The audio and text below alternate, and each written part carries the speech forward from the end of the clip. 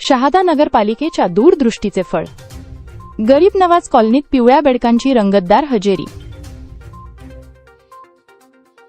शहादा शहरातील गेल्या 2 दिवसांपासून झालेल्या पावसानंतर गरीब नवाज कॉलनीत रस्त्यांवर मोठ्या प्रमाणात पाणी साचले असून या पाण्यात पिवळ्या रंगाचे भारतीय बुलफ्रॉग मोठ्या संख्येने दिसून आले. या अनोख्या दृश्याचे व्हिडिओ नागरिकांनी मोबाईलमध्ये टिपताच ते सोशल मीडियावर वेगाने व्हायरल झाले आणि परिसरात या पिवळ्या पाहुण्यांचीच चर्चा सुरू झाली. मात्र या अनोख्या निसर्गदृश्याचे संपूर्ण श्रेय शहादा नगरपालिकेलाच द्यायला हवे असे म्हणायला हरकत नाही.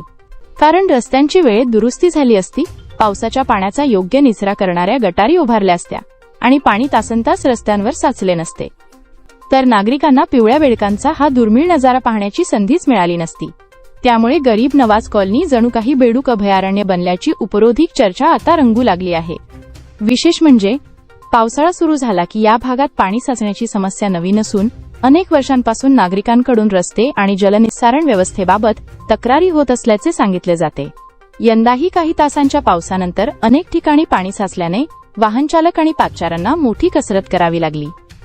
दरम्यान पर्यावरण तज्ज्ञांच्या माहितीनुसार हे भारतीय बुलफ्रॉग या जातीचे नर बेडूक असून प्रजनन काळात त्यांचा रंग आकर्षक पिवळा होतो.